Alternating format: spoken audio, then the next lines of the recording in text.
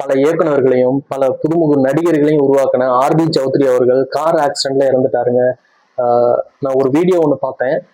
ஜீவா அவர்கள் ஒரு ஸ்டேஜ்ல சொல்லியிருப்பாரு, என்னுடைய அப்பா கரெக்ட் டைமுக்கு ரொட்டீனை ஃபாலோ பண்றவர்னு சொல்லியிருப்பாரு. அதுவும் இல்லாம அப்படி இருக்கிறவருக்கு இப்படி ஒரு இறப்பு பாத்தீங்கன்னா வந்திருக்கு பாருங்க. எங்க ஆக்சிடென்ட் நடந்துச்சுன்னா ஆர்பி சௌத்ரி அவர்களுடைய சொந்த ஊர் ராஜஸ்தான். அங்க லெலம்பான்னு சொல்லிட்டு ஒரு கிராமத்துல ஏதோ ஒரு ஃபங்க்ஷனுக்காக போயிருக்காரு, ஒரு ரிலேட்டிவ் ஃபங்க்ஷனுக்காக. அப்ப பாத்தீங்கன்னா முடிச்சுட்டு வரும்போது அவருடைய மருமகன் கார்ல பாத்தீங்கன்னா வந்திருக்காரு. அப்போதான் இந்த ஆக்சிடென்ட் நடந்திருக்கு. ஜீவா அவர்கள் அவங்க அப்பா இறந்த நியூஸை கேட்டு கண் கலங்கிட்டாருங்க. அது மட்டும் இல்லாம டைரக்டர் விக்ரமன் சார் அவர் பாத்தீங்கன்னா மனசை கல்லாக்கிட்டு தான் வீடியோலயே பேசியிருப்பாரு.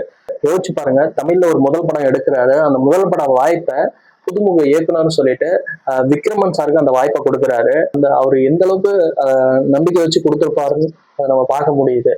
90s கிட்ஸா இருக்கிறவங்களுக்கு தெரியும் இவரோட ப்ரொடக்ஷன்ல வர படம் எப்படி இருக்குன்னு சொல்லிட்டு.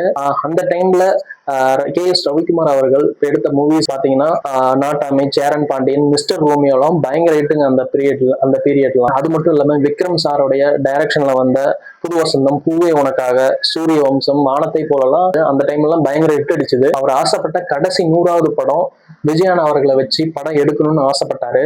பட் ஆனா அது நிறைவேறாமே போயிடுச்சு. அவருடைய ஆத்மா இறைவன் இடத்துல போய் சேரணும்னு வேண்டிக்கிறேன். இன்னொரு வீடியோல பார்க்கலாம்.